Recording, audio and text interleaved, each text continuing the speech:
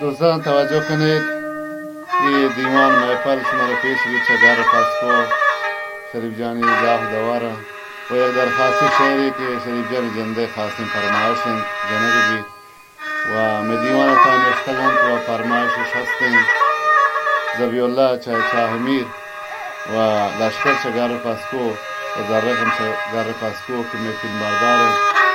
میتون که دوست و سنگتان پسند ببید. منوش میکستر جلال جگر بم پشتی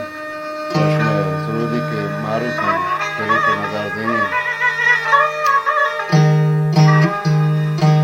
چاوتی حلقه